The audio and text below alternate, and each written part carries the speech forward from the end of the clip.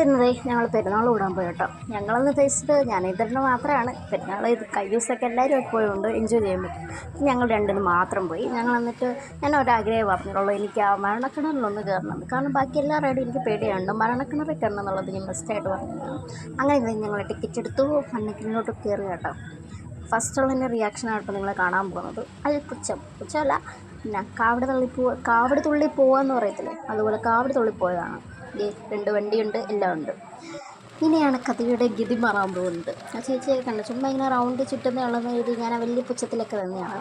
പക്ഷേ ഈ വരുന്ന ചേട്ടനുണ്ടല്ലോ, ഒരു മാസ് ചേട്ടനാണ്. കണ്ടാൽ നമ്മൾ അവർക്ക് അടിച്ച് ഊസായിട്ടാണ് വന്നത് വണ്ടിയൊക്കെ വേണം.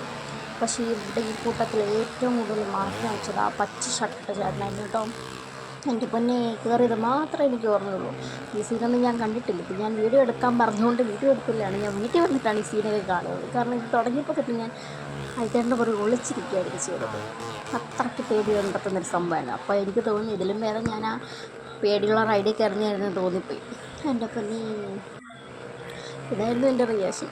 ഞാനിങ്ങനെ നോക്കും, ഇവരെന്തായി കാണിക്കുന്നേന്ന്. മര്യാദയ്ക്ക് നേർ റൂട്ടിൽ കൂടെ തന്നെ സൈക്കിൾ ഓടിച്ച് പോകുമ്പോൾ വീഴാൻ പോകുന്ന ഞാനൊക്കെ ഇത് കാണുമ്പോൾ എന്താല്ലേ. കണ്ടോ, ഇരുന്ന് നടന്ന് നിന്ന് നോക്കിയാൽ ചേട്ടന്മാർ വണ്ടി ഓടിക്കുന്നത്. അത് കണ്ടപ്പോൾ തന്നെ എൻ്റെ കിളി പോയി. പിന്നെ ഏറ്റവും കൂടുതൽ കിളി പോയൊരു സംഭവമായിരുന്നു ഈ കാറ് ചുമ്മാടുമല്ല, അതിൻ്റെ പുറത്ത് ചേച്ചിമാർ കയറി ഇരിപ്പും കടപ്പും നിൽക്കുകയൊക്കെ ഉണ്ടായിരുന്നു. എൻ്റെ പൊന്നോ, കിളിപാറിയൊരു ശരിക്കും പറഞ്ഞ മരണക്കിണർ. ജീവിക്കാൻ വേണ്ടി മരിക്കാനും തയ്യാറാന്ന് പറയുന്ന പോലെ തന്നെയായിരുന്നു കേട്ടോ. ശരിക്കും കിളിപാറിയ അവസ്ഥയായിരുന്നു. അവസാനം ഞാൻ പേടിച്ചിട്ട് കണ്ണു വരെ പൊട്ടിയിരുന്നു. ഇതാണ് എൻ്റെ അവസ്ഥ. എന്താണ് ചിരിക്കണോ കരയണോ എന്ന് പോലും അറിയാത്തൊരവസ്ഥയിലായിരുന്നു ഞാൻ. ഇന്നത്തെ ഇതിനാണ് വേണ്ടി നിന്നെ കാശുമുടക്കി ഞാൻ കയറ്റിയെന്ന് വരെ എന്നോട് ചോദിച്ചു. അവസാനം എല്ലാം കണ്ട് കഴിഞ്ഞ് ഇറങ്ങിയപ്പോൾ പേടിച്ചിട്ട് മേലായിരുന്നു. പിന്നെ ഇതെല്ലാം കയ്യിലൊക്കെ പിടിച്ച് പിന്നെ ഞങ്ങളൊരു ഫോൺ കവർ വാങ്ങി കേട്ടോ. എനിക്ക് വേണ്ടിയായിരുന്നു.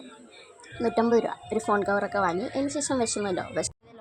അങ്ങനെ ഞങ്ങൾ 2 മുട്ട ബജ്ജിയൊക്കെ മേടിച്ചു. അവിടെ പോയിരുന്നു മുട്ട ബജ്ജി കഴിക്കാൻ വേണ്ടി. ഞങ്ങളതേ അവിടെ ഒരു സീറ്റിലൊക്കെ പോയിരുന്നു മുട്ട ബജ്ജിയൊക്കെ കഴിച്ചു. പിന്നെ ഞങ്ങൾ ബജ്ജിയൊക്കെ മേടിച്ചു കേട്ടോ. അതിനേട്ടൻ ബജ്ജിക്ക് മുളക് മേടിച്ചില്ല, ഞാൻ മാത്രം മേടിച്ചുള്ളൂ. പക്ഷെ കൊടുക്ക തരുമായിരുന്നു കേട്ടോ. ആ സാധനം പിന്നെ മേടിച്ചതല്ലേ, വിശപ്പുണ്ടല്ലോ എന്ന് ഇത് കഴിച്ചു. പിന്നെ എന്താ, ഒരു നല്ല വൈബായിരുന്നു. ഇങ്ങനെ പായി നോക്കിയിരിക്കാൻ നല്ല രസമുണ്ടായിരുന്നു. നമ്മൾ കല്യാണം കഴിഞ്ഞ് മറ്റേ ഹസ്ബൻഡ് ആൻഡ് വൈഫായിട്ട് വരുമ്പോൾ ഒരു പ്രത്യേക വൈബാണല്ലോ. ഫാമിലിയായിട്ട് വരുന്ന പോലെ അല്ലല്ലോ. പിന്നെ ഞാനതൊക്കെ കണ്ട് ബജ്ജിയൊക്കെ കഴിച്ച് ആസ്വദിച്ചു. അങ്ങനെ ബജ്ജി കാലിയായി. അതായിട്ട് കൃത്യമായിട്ട് എടുത്തിട്ടുണ്ട്. പിന്നെ വീട്ടിൽ വന്നപ്പോൾ വിശന്നു. അങ്ങനെ ഞങ്ങൾ മീൻകറി ഉണ്ടായിരുന്നു, പിന്നെ ബീഫ് വെച്ചു. അതിനിടയ്ക്ക് ഞങ്ങളൊരു തോക്ക് മേടിച്ചപ്പോൾ പിന്നെ തോക്ക് കിട്ടിക്കഴിഞ്ഞാൽ പിന്നെ നമ്മൾ കളിയാണല്ലോ, നമ്മളല്ലെങ്കിലും കുഞ്ഞു പിള്ളേരാണല്ലോ. അതുകൊണ്ട് തന്നെ ഞങ്ങൾ പരസ്പരം വെടിവെച്ച് കളിച്ചു. ഇത്തേട്ടൻ മരിച്ചു വീണു. അതിന് പകരമായിട്ട് ഇത്തേട്ടൻ എന്നെയും കൊല്ലുന്നതാണ് ഇനി അങ്ങോട്ട് കാണാൻ പോകുന്നത്. ഇതൊക്കെ ഇപ്പം എന്നെ വെടിവെക്കും. എൻ്റെ ഓവർ എക്സ്പ്രഷനും ഓവർ ആക്ടിങ് കണ്ട് പേടിക്കരുത്.